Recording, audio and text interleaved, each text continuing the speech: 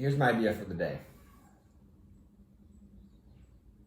People vote, and they want their side to win, largely so they can stop thinking about politics.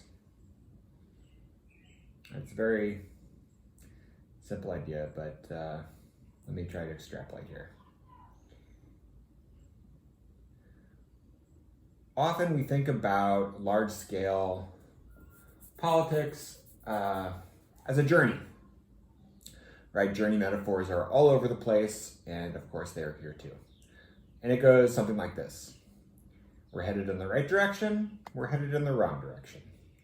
We're getting off track, now we got back on track, we're lost, we're going around in circles, that kind of thing.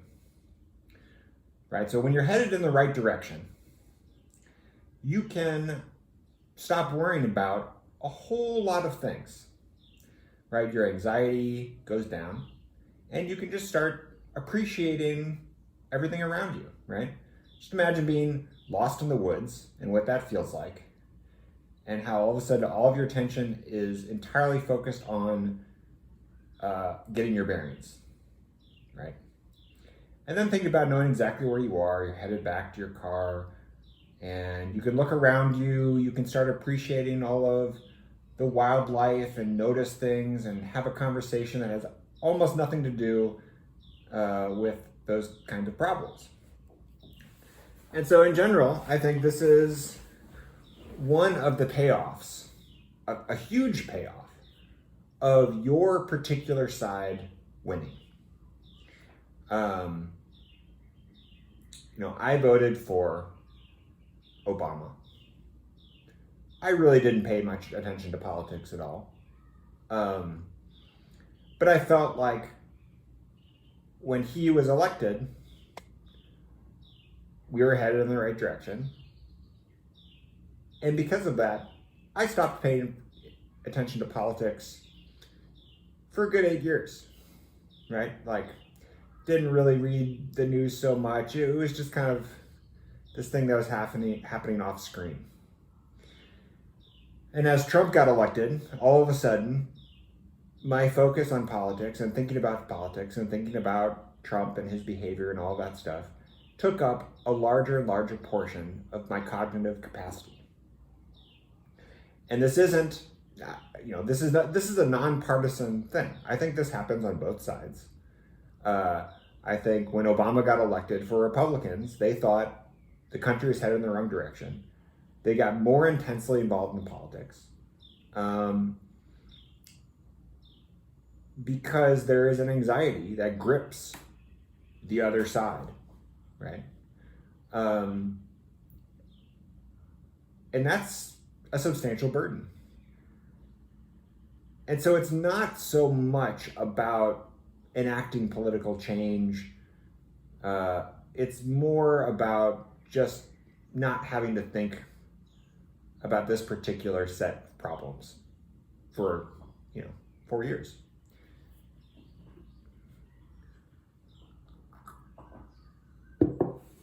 Now it sounds like it sounds like a bad thing. Like I might be accusing people of being lazy. But I'm not really convinced that's true. Like, I think that, people have a cognitive capacity, right? There is a set limit of things that they can think about and deal with in their day. And so we develop all of these shortcuts to try to minimize things that we have to think about that maybe we don't view as that we have a significant amount of control over, right? Worrying about large-scale macro issues. It's very hard for people because they correctly intuit that they can't really have that significant of impact on them. Global warming, pollution, the state of our educational system, government deficits, racism, poverty, like things, these huge issues.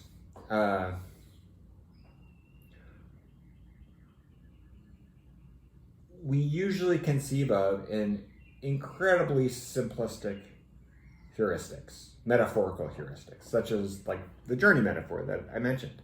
And I generally think people are bad at this kind of thinking.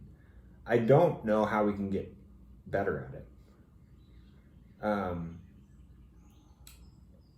And so these are just these shortcuts we use so we can get back to our attention going to the things we want it to go to. You know, Alan Moore famously metaphorically conceived of attention as a flashlight, right? So you shine a flashlight on one thing and everything else in the world completely disappears, right? If you're in the dark, you're walking through the forest, you shine a flashlight, you see exactly what's there at the expense of 99.9999% of everything else.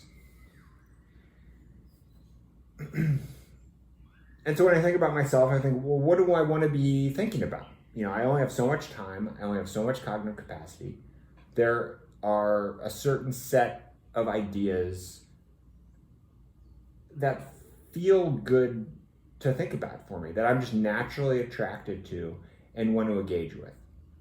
And then there's all of these other problems, which are unintuitive and which I don't really, you know, as I've gotten older, I just don't really trust my ability to actually understand what's going on. You know, politics and world events and politics is one of these. It is a problem set that has so many unknown and poorly understood variables, you know, that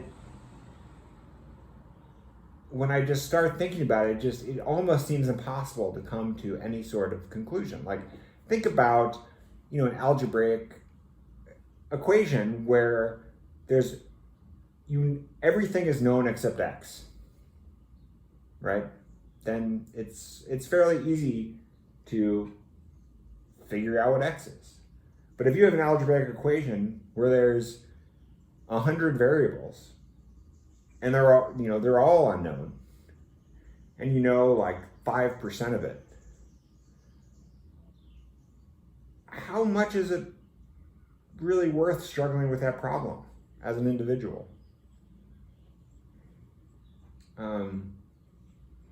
I don't know. For me, I pay attention to politics.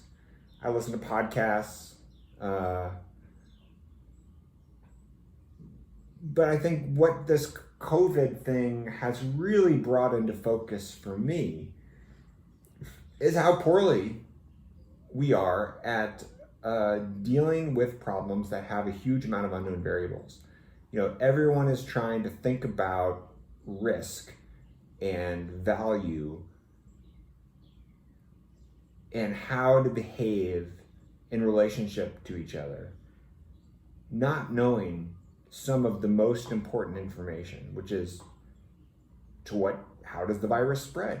You know, to what degree do you modify your behavior in relationship to that unknown variable? You know, what is the actual death rate? And so when you hear people try to talk through what's an appropriate amount of risk and whether we should open and how much damage that we should take in terms of people dying from this versus the damage to the economy, it's an impossible problem given how little we know. And that there's just no way to talk through that rationally with so many unknowns. And yet we can't help but continually try over and over again. And as I listen to all these podcasts and you know, people who have an expertise in certain subjects, and we're all trying to reason this out together in various ways, you know, it just keeps hitting these roadblocks of we don't exactly know what how exactly the virus is transmissible, how much it mutates. We don't even know whether you can get it again if you've already had it before. I mean, and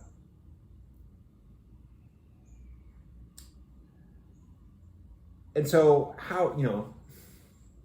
it seems like the most important thing to be thinking about, right? Like, you can make an argument, look at the immediate danger that this threat imposes, and so this should be the thing that takes the most amount of your cognitive capacity.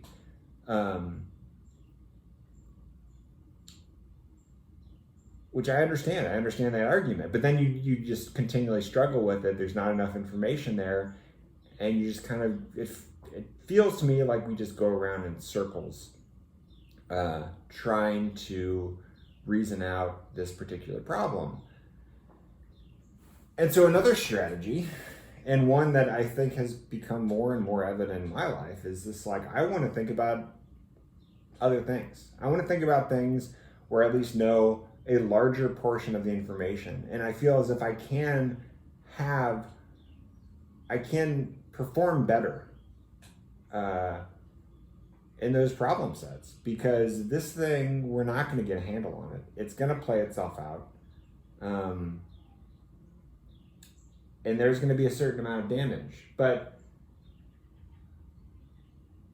that's just not enough, I think, for the average person to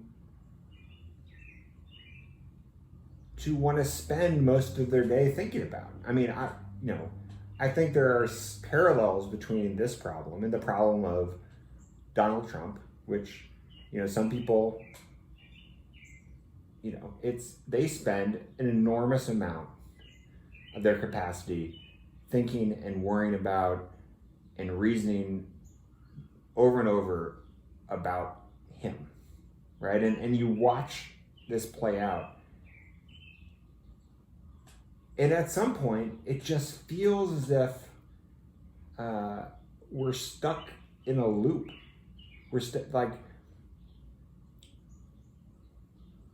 When I think, the reason I've been doing this series is just, I think the best when I speak out loud. When I'm thinking in my mind, I often get stuck in loops. And those loops, the most identifiable quality about them is that I'm not covering, I just go over the same thing over and over. It's like knowing the first 3 lines to a pop song, and you just keep repeating them over and over and over. It's just no new information, but you're stuck on it for whatever reason. And the anxiety that that politics produces in people, I think, predisposes the side that's not empowered to get stuck in this loop. And in the same way that I don't think it's healthy for an individual to, who's maybe going through a particularly hard time, or, if it's a breakup, or if it's someone that they know die, or they lose their job, and they just keep repeating the same story over and over to themselves. And they justify it because they say, well, this is really important. Like, I've got to figure this out, right? But they don't ever, they don't figure it out given that particular tool set of knowing those variables, repeating the same story to themselves over and over. Anyway, all that is to say that I do think there is some value into letting go of that anxiety and that story of headed in the right direction, right? Because that is a very simplistic way to understand reality, that there's a wrong direction and a right direction, and that electing people whether they're presidents or governors or mayors, can so fundamentally alter the direction of, what's 320 million people and all of their interrelations. And I hope that realization will free people up in,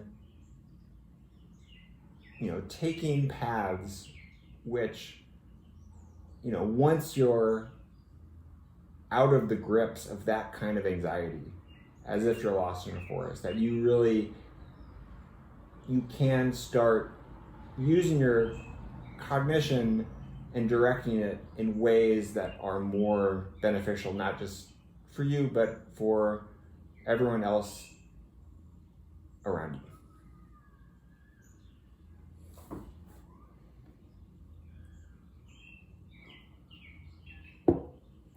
I gotta make some dinner.